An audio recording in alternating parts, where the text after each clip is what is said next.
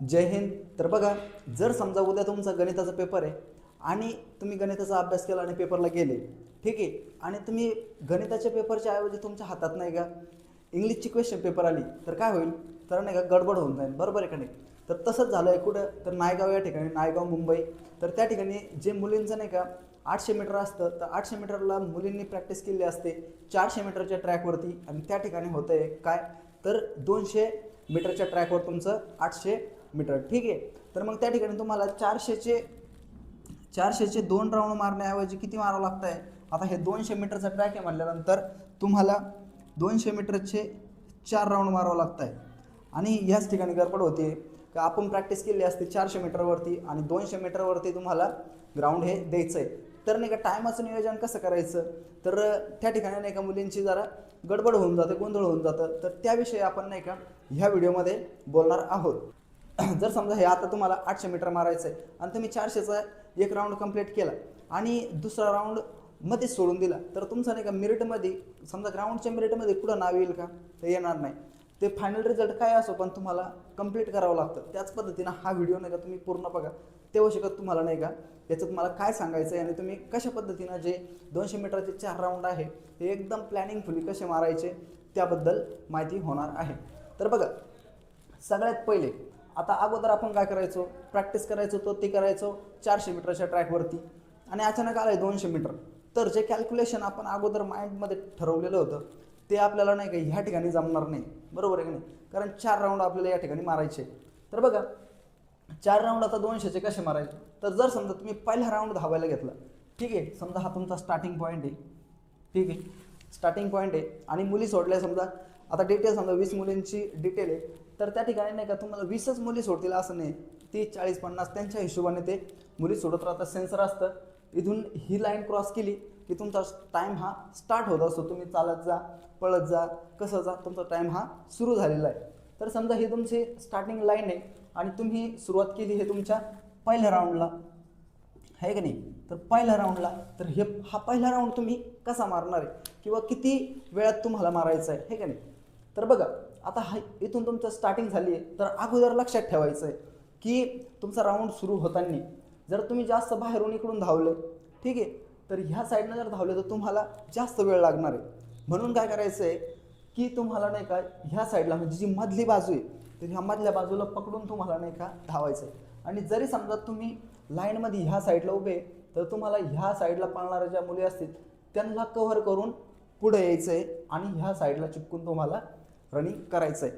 तर पळत असताना बघा, समजा हा असा सरळ पट्टा आहे, तर तुम्ही याला स्पीड धरायची, थोडंसं ह्या कर्वच्या ठिकाणी थोडंसं नॉर्मल स्पीड कमी करून पुढे यायचं आहे. त्यानंतर पुन्हा ज्या ठिकाणी कर्व आहे त्या ठिकाणी तुम्हाला नॉर्मल स्पीड कमी करायची, कारण पडण्याची शक्यता राहते त्यामुळे, आणि पुन्हा इथून स्पीड तुम्हाला वाढवायची. तर अशा पद्धतीनं तुम्हाला त्या ठिकाणी धावायचं आहे. पण राऊंड किती सेकंदात तुमचा कंप्लीट झाला पाहिजे?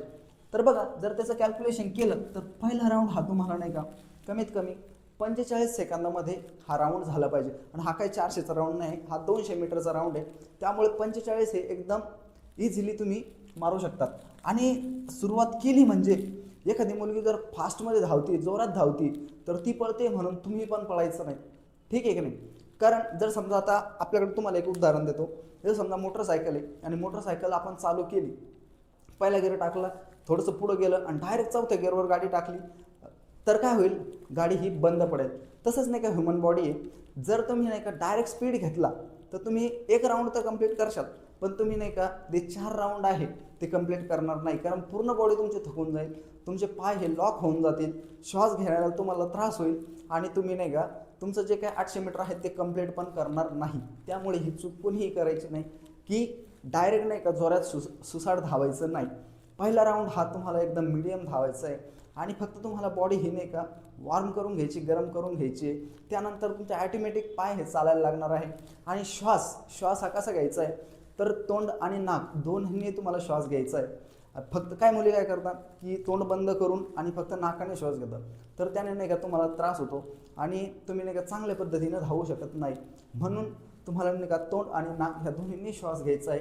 आणि पहिला राऊंड हा ज्यावेळेस सुरुवात केली आहे, तर मुलींना तुम्हाला फक्त जे फास्ट पळते त्याच्या नादी लागायचं नाही, पण तुम्हाला तुमच्या बॉडीवर कंट्रोल करून 45 सेकंदामध्ये इथपर्यंत यायचं आहे.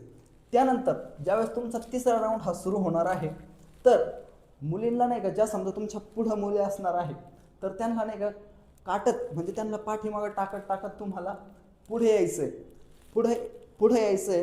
आणि जी समोरची मुलगी असणार आहे तिचा पाठलाग करत करत तुम्हाला हा दुसरा राऊंड पण कंप्लीट करायचा आहे. आणि तो किती सेकंदात कंप्लीट झाला पाहिजे, तर कमीत कमी हा 40 सेकंदात तुमचा हा राऊंड दुसरा कंप्लीट झाला पाहिजे. ठीक आहे. त्यानंतर झाले तुमचे आता 2 राऊंड. तर तिसऱ्या राऊंडला बघा, पुन्हा तिसरा राऊंड, त्याला पण जास्त स्पीड नाही घ्यायची. 45 ते 50 सेकंदात, किती 45 किंवा 50 सेकंदात हा राऊंड कंप्लीट तुमचा झाला पाहिजे. ठीक आहे. तर हे कॅल्क्युलेशन कितीचं आहे, 2 मिनिट 50 सेकंदात जर तुम्हाला आउट ऑफ मारायचं तर त्याच्यासाठीच हे कॅल्क्युलेशन आहे बघा. तर तुम्ही कमीत कमी 45 सेकंद किंवा 50 सेकंदात हा तिसरा राऊंड तुम्हाला कंप्लीट करायचं आहे. ठीक आहे. जी फास्ट पळणारी किंवा समोर पळणारी जी मुलगी आहे, ग्रुपमध्ये एखादी तरी अशी असतेच की जी नाही का पळते आणि तिला पकडून तुम्हाला पळायचं आहे. आणि सांगितलेली गोष्ट म्हणजे तुम्हाला नाही का ह्या मधल्या कडेला धरून पळायचं आहे, साईडला कोणीही जायचं नाही. इकडे गेलं म्हणजे तुमचा जास्त वेळ वाया जाणार आहे आणि तुमचे सेकंद हे वाढत जाणार आहे. त्या ठिकाणी मग 45 किंवा 50 सेकंदाच्या ऐवजी तुम्ही नाही का 1 मिनिट पण नाही का त्या राऊंडला घेऊ शकता. त्यामुळे तुम्हाला ही काळजी घ्यायची की मधल्या साईडनं तुम्हाला पळायचं आहे. ठीक आहे. त्याचबरोबर असं करता तुम्हाला हा तिसरा राऊंड मारायचा आहे. त्याचबरोबर चौथ्या राऊंडला तुम्हाला नाही का पूर्ण ताकद लावायची. जी समोर तुमच्या मुलगी आहे तर तिला नाही का तुम्हाला काटून आणि तिच्या पुढं जाण्याचा प्रयत्न करायचा आहे. पण ती समोरची पण नाही का शांत बसणार नाही, ती पण काय करणार आहे, पळणार आहे. म्हणून नाही का तुम्ही तिला पकडून का होईना नाही तिथपर्यंत जायचं आहे. जरी तुम्ही आउट ऑफ 2 मिनिटं 50 सेकंदात नाही आली तरी तुम्ही नाही का कमीत कमी 3 मिनिटात तरी नाही का, म्हणजे तुमचा शेवटचा राऊंड कंप्लीट होणार आहे. म्हणजे 3 मिनिटं तरी तुम्हाला, 2 मिनिटं 50 सेकंद जरी नाही लागले तरी 3 मिनिटं तुम्हाला लागणार. आउट ऑफ जरी नाही आलं तरी तुम्ही 18 मार्क म्हणजे 3 मिनिटात नाही का पूर्ण नाही का तुमचा जे 800 मीटर आहे ते कंप्लीट करणार आहे. ठीक आहे. आणि हा चौथा राऊंड तुम्हाला यासाठी पण मारायचं आहे की जर तुम्ही हा राऊंड जर मारला नाही तर याच्यानंतर नाही का आपलं काहीच नाही, आपली ना आयडेंटिटी आहे ना ओळख आहे. पुन्हा भरती, पुढच्या वर्षी पण ग्राउंड, पुढच्या वर्षी पण ह्याच क्रिया करायच्या, सकाळी उठायचं, ग्राउंड जायचं, आपले मेसचं जेवण, मेसचं खाणं, राहणं, ह्या त्या गोष्टी करणे.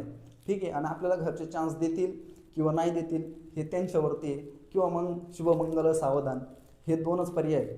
त्यामुळे ह्या गोष्टी सगळ्यांनी का लक्षात ठेवून तुम्हाला शेवटचा राऊंड हा मारायचा आहे. ठीक आहे. तर अशा पद्धतीनं हे 4 राऊंडचं तुम्ही कॅल्क्युलेशन करून तुम्हाला 3 मिनिटांपर्यंत किंवा 3:10 पर्यंत तरीही तुम्ही मारू शकता. म्हणजे 16 मार्क हे काही कमी नाही.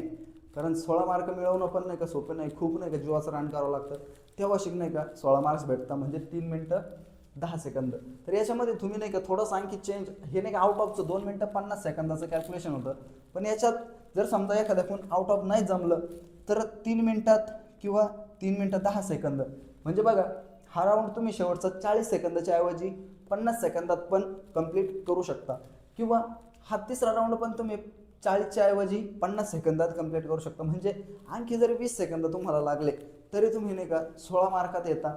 आणि जर आणखी 10 सेकंद वाढवले म्हणजे 3 मिनिटात जर तुमचं पूर्ण होत असलं तरी तुम्हाला 18 मार्क या ठिकाणी नाही का भेटतं. आणि हे 18 म्हणजे एकदम चांगले टॉपचे मार्क आहे, कारण 18 मिळवणं सुद्धा सोपं नाही आहे. ठीक आहे.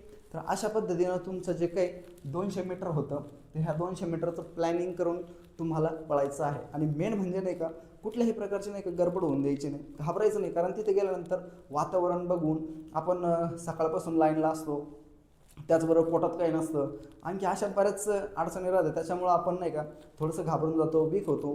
म्हणून नाही का कुठल्याही प्रकारचं घाबरायचं नाही. आणि हां, तुमच्याकडे इलेक्ट्रॉल पावडर वगैरे, म्हणजे पाठीमागच्या व्हिडिओत मी याबद्दल बोललेलो आहे, तर ते नाही का तुमच्याकडे असलं पाहिजे.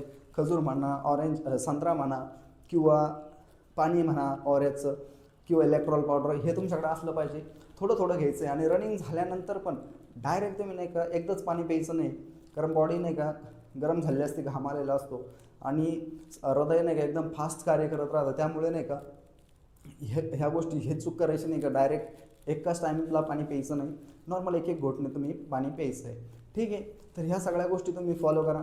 नक्की नाही का तुम्ही 200 मीटर असू नाही द्या, 400 असू नाही द्या, 800 मीटर असू, तुम्ही कितीचा बी ट्रॅक असू द्या एकदम परफेक्टली मारू शकता. हा गेम नाही का मानसिकतेचा पण आहे, फक्त नाही का गरपडून जायचं नाही, ठीक आहे. तर ह्या गोष्टी तुम्ही फॉलो करा, नक्की तुम्ही नाही का एकदम चांगल्या पद्धतीचा नाही का 800 मीटर आहे त्याला स्कोअर करणार आहे. तर ठीक आहे, भेटूया अशाच आणखी एखाद्या नवीन व्हिडिओमध्ये. तोपर्यंत जय हिंद.